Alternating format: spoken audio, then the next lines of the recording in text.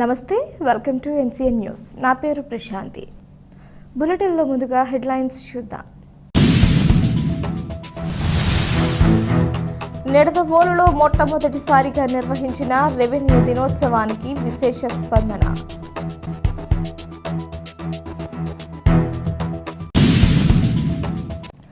తూర్పుగోదావరి జిల్లా నిడదవోలులో స్థానిక రోడ్డు భవనాల శాఖ రహదారి బంగ్లానందు నూతన ప్రభుత్వం అధికారికంగా ప్రకటించిన జూలై 20 రెవెన్యూ దినోత్సవాన్ని ఎలక్షన్ డిప్యూటీ తహసీల్దార్ కె ఉత్తర శ్రీనివాస్ ఆధ్వర్యంలో నిడదవోలు తహసీల్దార్ కార్యాలయ సిబ్బంది ఘనంగా నిర్వహించారు. ఈ కార్యక్రమానికి విశేష స్పందన లభించింది. ఈ కార్యక్రమంలో retired deputy collector M Srinivasarao, retired VRO Balichepalli Suryanarayanamurthy ముఖ్య అతిథులుగా పాల్గొన్నారు. మొట్టమొదటిసారిగా నిర్వహించిన ఈ రెవెన్యూ దినోత్సవానికి వివిధ గ్రామాల రైతులు, పట్టణ ప్రజలు పాల్గొని తమ సమస్యలను రెవెన్యూ అధికారులకు వెల్లడించి ఈ కార్యక్రమాన్ని విజయవంతం చేశారు. ఈ కార్యక్రమంలో నిడదవోలు తహసీల్దార్ కార్యాలయం RI Satyendra Kumar, Settipeta VRO V Prabhakar, Tadimalla VRO K Gangachalam, T Venkataratnam, Sameeswaragudem VRO Pandubabu మరియు వివిధ గ్రామాల రైతులు, పట్టణ ప్రజలు, VRAలు, VROలు పాల్గొన్నారు.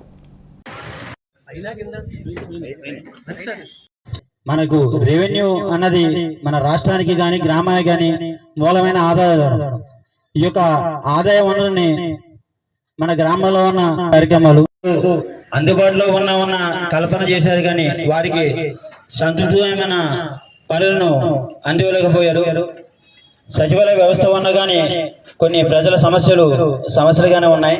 కానీ ఇప్పుడు యొక్క రాబోతున్న మన ఈ యొక్క కొత్త ప్రభుత్వంలో ఈ యొక్క రెవెన్యూ వ్యవస్థ వారు ఆ సమస్యల పర్యాటక శాఖ మంత్రిగా పదవి బాధ్యతలు తీసుకున్నారు.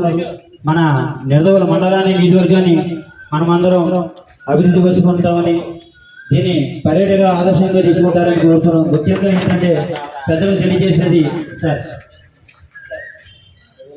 గ్రామాల్లో కదండి, ప్రతి గ్రామంలో అదే సమస్య. వాటికి మూలం రెవెన్యూ వ్యవస్థ ద్వారానే ఏర్పడుతుంది. ఎందుకంటే మన గ్రామాలు ఉన్నాయి సార్, అది మా యొక్క గ్రామానికి చాలా సమస్యగా ఉంది సార్. సామాన్యులు, ప్రయాణికులు అధికారులతో మాట్లాడినట్లుగా నేను ఒక రిపోర్టర్ అయినా సరే, నేను కూడా ఒక సామాన్య రైతులు ఎదుర్కొనే సమస్యల ప్రకారం ముఖ్యంగా చూసుకుంటే కనుక గత ప్రభుత్వంలో పెట్టిన జగనన్న భూరక్ష అని చెప్పి ఒక పథకం పెట్టారు. అది భూరక్ష కాదు, రైతుల పాటు ఒక శిక్ష. అది ఏ రకంగా శిక్ష అంటే, భూములు కొడుతూ మొదలు పెట్టిన తర్వాత ప్రతి ఒక్క రైతు దగ్గర కూడా సెంటు నుంచి 2 సెంట్లు 3 సెంట్లు ప్రతి రైతు కోల్పోవడం జరిగింది. ఇది తెలిసిన రెవెన్యూ డిపార్ట్మెంట్ సంబంధిత అధికారులైనా సరే దాని మీద స్పందించి రైతులు పడుతున్న ఇబ్బందుల్ని పైన రాష్ట్ర ప్రభుత్వాలు తెలియవలసిన బాధ్యత అధికారులుగా మీకుంది. కానీ అమ్ముకున్న పరిస్థితి మనకు ఉన్నప్పటికీ కూడా LP నెంబర్ల సర్వేలు మన దీంట్లో ఓపెన్ అవ్వకపోవడం వల్ల అవన్నీ కూడా ప్రధాన సమస్యలుగా ఉండిపోయి రైతులు చాలా ఇబ్బంది పడుతున్నారు. ధన్యవాదాలు, నమస్కారాలు తెలియజేస్తారు. ప్రభుత్వం దృష్టికి తీసుకెళ్తారు. అయితే ఈ యొక్క ఎక్కడైతే జరిగిందో దాన్ని పూర్తిగా మా యొక్క సర్వేర్ గారు, మా యొక్క VRO గారు, అలాగే RIగా మేము, అలాగే తహసీల్దార్ గారు, మీ అందరూ కూడా మేము సహకరిస్తామండి. ఎక్కడైతే అన్యక్రాంతం జరిగిందని మీరు తెలియజేస్తారో మేము అక్కడ తప్పకుండా ముందుగా మా VRO గారిని, సర్వే గారిని పంపించి ఆ యొక్క భూమి, మన గవర్నమెంట్ భూమి ఎంత ఉంది, ఏ సర్వే నెంబర్లు ఎంత ఉంది, ఎంతవరకు ఆక్రమణ గురైంది అనేది మీకు తెలియజేయడం జరుగుతుందండి. అయితే ఒకసారి దాన్ని చూసిన తర్వాత పూర్తిగా రక్షించుకోవడం బాధ్యత అనేది గ్రామ పంచాయతీ పరిధిలో ఉంటుంది కాబట్టి దాన్ని చేసుకోవచ్చండి. ముందుగా అయితే మీరు ఎక్కడైతే అన్యక్రాంతం జరిగిందనేది మాకు తెలియజేస్తే మేము తప్పకుండా మీకు సర్వేర్ గారి ద్వారా, VRO గారి ద్వారా వచ్చి మేము తప్పకుండా ఆ యొక్క మన గవర్నమెంట్ భూమి ఎంతవరకు అన్యక్రాంతమైంది, ఎంత ఉండాలి, మన FMB ప్రకారం కానీ RS ప్రకారం దాఖలు కానీ అది ఏ భూమి ఎంత ఉండాలి అనేది మీకు తప్పకుండా మీకు తెలియజేస్తామండి. అలాగే ఒకవేళ దానికి ఏమన్నా చలన పేలం చేయవలసి ఉంటుంది, చేస్తే తప్పకుండా చేస్తాం. అలా కాకుండా కూడా కొన్ని సందర్భాలు మన రెవెన్యూ డిపార్ట్మెంట్ మరి ఎంతకాలం నుంచి, సుమారు కొన్ని వందల సంవత్సరాల నుంచి మన రెవెన్యూ శాఖ పనిచేస్తుంది. దీనికి ఉదాహరణ మన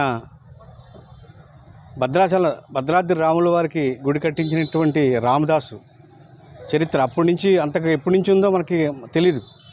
అన్ని సంవత్సరాల నుంచి ఇప్పటి వరకు కొన్ని వందల సంవత్సరాలుగా రెవెన్యూ శాఖ ప్రజలతో మమేకమై ప్రజలకి ప్రతి విషయంలోని కూడా చేదోడు వాదోడుగా వారికి కావాల్సినటువంటి అవసరాలు అన్నిటికీ కూడా సహాయపడుతూ ఉన్నటువంటి శాఖ మన రెవెన్యూ శాఖ.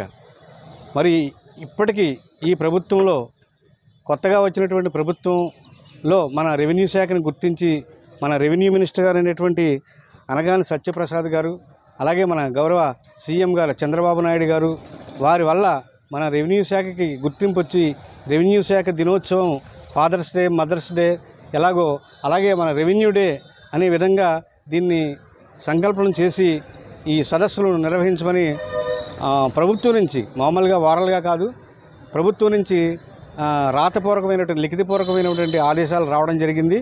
దానివల్ల ప్రతి తహసీల్దార్ కార్యాలయంలో, మండల హెడ్ క్వార్టర్స్లోని, జిల్లా స్థాయిలోని, అలాగే అన్ని స్థాయిల్లో కూడా ఈ రెవెన్యూ డేని నిర్వహించడం అనేది చాలా ఆనందదాయకం.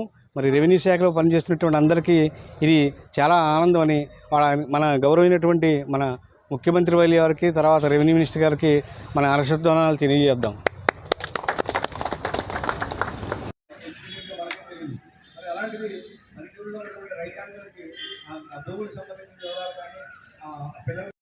రావాల్సిందిగా వేదిక మీదగా ఆరోగించవలసిందిగా కోరుచున్నాం. ఈ యొక్క సన్మానాన్ని